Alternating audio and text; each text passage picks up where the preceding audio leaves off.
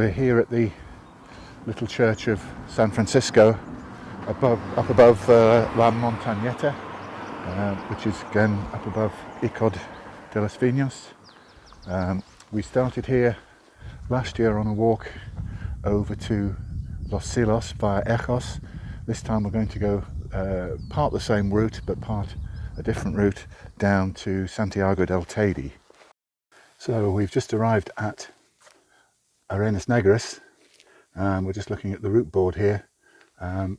Where are we? We are here, and what I think we'll do is come down this way on the 43. What we're going to do this time is come round, don't take that turn, come round here, do a circumnavigation of Chinyero, which is the volcano just here, and then come back here and then take this 43.3 down to Santiago del Teide, and that's where we'll get the bus back to Puerto. Well, as I said earlier, we're just looking now for the signpost for the junction, and here it is. Last time we went right down to San Jose. This time we're going to take the left fork to Chinyero, not far away, 0.4 kilometers, but we're actually going to do a circumnavigation of the volcano, so that'll be a bit longer. Okay, let's start off down this new route then. We're just coming up to now the start of the circular route, so we've got a choice of going left or right. I think going left makes more sense because it'll give us a shorter duplicate when we have to turn back for the path to Santiago del Teide. So this is the way we'll go. As you can see, we've come only 2.4 kilometers from Arenas Negras, but plenty more walking to do. As always on these walks, you wonder when you're going to get your first glimpse of Teide, and here it is. It looks surprisingly close, but of course it is in fact quite a way away, and it's in a haze really. I don't know if this is a Kalima weather or what, but it's pretty hazy. You can see the peak of Teide very clearly, and then to the right here is Pico Viejo. I did a walk up there and put a film on YouTube last year about that. That's a fantastic walk up there.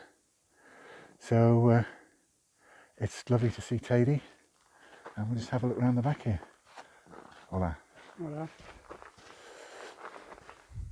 I think this over here, just behind the trees at the moment, is Chinyero itself.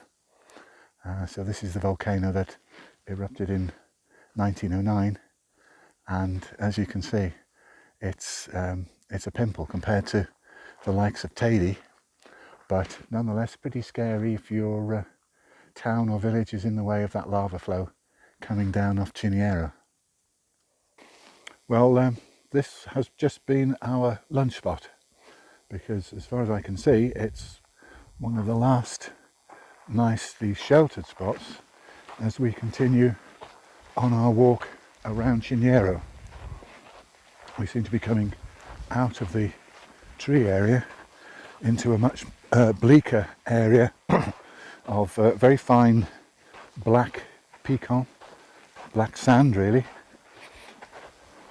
and we get fantastic views of Chinyero itself. What I'm really wondering is how much of Chinyero predates the 1909 eruption, because obviously that's quite a cone that's there now. Did all that come in 1909, or was there something there beforehand? Who knows? But it's certainly a much bleaker landscape, and I'm guessing that wherever the lava flows went, they perhaps didn't go the way we've come, because the growth there looks older than 100 years. Well, this is the most stunning landscape. This really is black pecan, black lava coming out of the volcano of Chinyero, and really nothing too much at all growing on it in the 100 years since that eruption. So it really is what you might call a lunar landscape, except it's right here in Tenerife.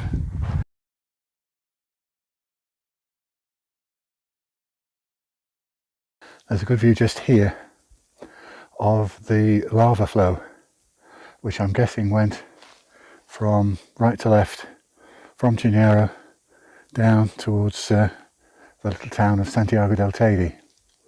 So it looks to be very directional from this point.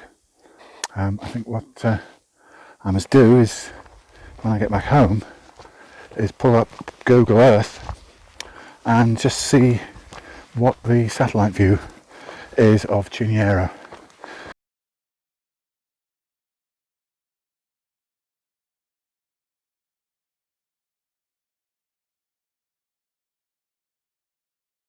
Coolish breeze, very very slight breeze, and a little bit of shade from these trees. Otherwise it's very much a warm day. It's the last day in January, but it's t-shirt weather at the moment here in Tenerife. We're just coming up to what I think is the edge of the 1909 lava flow, and as you can see, it must be a good 6 or 7 meters tall, something like that. And I'm sure, although it looks like a jumble of nothing today, it really would have been quite frightening when all this was trundling down the mountain. I can just see up ahead some signs and a map board which suggests to me that we're at the junction of the turn-off to Santiago del Teide. So if I'm right, then this will be the point on our way back when we leave the circular route and head off back down to the town. But for the moment we've still got plenty of time, so we'll go and complete the circular route by carrying on to the right. So this is it, we're just crossing the lava field now. Not quite as dramatic as I thought it might be, because somebody's made this wide track, presumably for park ranger access to the various aspects of the park. But as you can see, either side, we're looking that way up to the summit of Chinyero itself. There's Teide over there. Just to the right of that is Pico Viejo. And imagine this all trundling down. We could just see a few bits of green sticking out in the far distance there, one of them with some masts on. That's the other side of the valley. So Santiago del Teide sits a bit to the left, but down in the dip before you reach those prominences. Now we're starting a little bit of a climb on the lava field itself. This is a bit more like what I was expecting a bit earlier. This is slightly more difficult walking, and you have to be careful not to fall over if you can, because these rocks are pretty sharp. They haven't had the erosion of hundreds or thousands of years, millions of years of weather, like for example in the UK. So you have to be a little bit wary, take it slowly, but look at the fantastic views. We've got some very young pines dead ahead of us. Immediately to the right is Chinyero, the recent volcano. Then next up, almost hidden in the mist, is Teide, and just to the right of Teide is Pico Viejo. Well, just have a look at this monster sitting in the middle of the lava field. I wonder what the story is here. It's I think this lava is generally slow flowing, not very viscous at all, and tends to break off in chunks, but that really is one enormous chunk. Just round the corner here is the junction for the circular walk. We took the left hand fork and we're returning on the right hand fork, so in just a moment we will have completed our navigation around Chinyero. We've just completed the doubling back section, only about I don't know, 10 or 15 minutes walking, so not too bad. Weather's still holding out for us. Beautiful day, although Teide's still a bit hidden in mist over there. And we're just coming up to turn onto the final leg of our walk today, which is the footpath that's going to take us down to Santiago del Teide. Well, we're not too far away from that junction, and as you can see, the flora has changed. Indeed, the terrain has changed a bit. Much greener down here.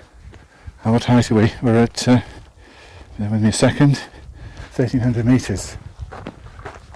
So we've lost the trees, although there are still about. We've still got some expansive views, but we're much more in what you might call shrub country.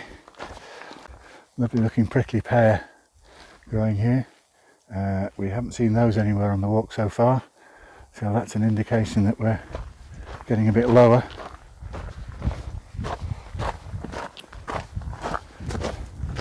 So the lava field headed down from Chinyero to Santiago del Teide, so I suppose it's no surprise really that we have to cross it one more time.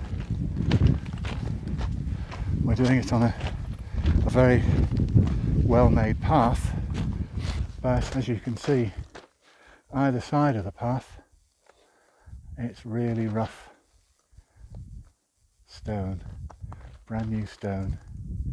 You can just imagine this glowing as it trundles slowly down the hillside towards the town. No sooner are we on the lava field than we're off it again, and we come off it by this water channel, which there are hundreds if not thousands of these all over Tenerife, taking water from the high area down to the inhabited area. I don't know if you can hear it, but I certainly can. There is the sound of running water in here. Let's see if we can lift this. Wow, it's running pretty quickly as well. Certainly a lot flowing down there. You'd wonder where it's coming from because it's so dry. These trees in blossom, I think, are almond trees. Certainly this area is known for almond trees and almond blossom, and this time of year, sort of late January, February, is the time to come and see the almond blossom. This is a beauty just here. Just escaped the lava field. That's lovely. So we leave the almond blossom straight back onto another stretch of lava, and I can see in the distance there what looks like another tree in bloom. So it just shows how literally hit and miss the lava flows were, catching some areas, and of course once they catch an area, it's gone. It's there's this one little bush growing there on the lava, but not much is taken hold just yet after 100 years or more. We're pretty much on the last section now. Just up ahead we've got a bend. Hopefully we might see Santiago del Teide round this bend. because already way in the distance I can see on the other side of the valley the road that drops down into Santiago, and that is our bus route back.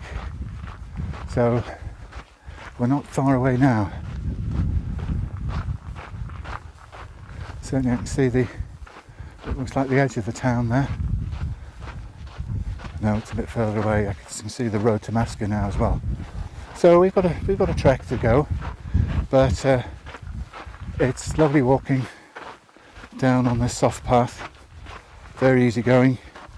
We can make quite good time, although we don't really need to because we've still got plenty of time for the bus and a beer, hopefully.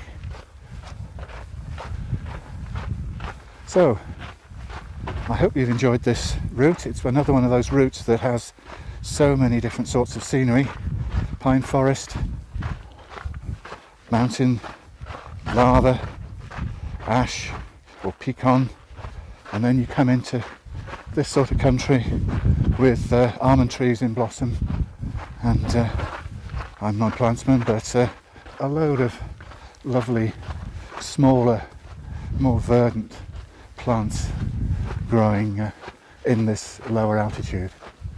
And across the other side, of course, hills rising up into the Tenerife region. Lovely walking up there as well. So I hope you've enjoyed this one, and I'll see you on the next one. Bye bye.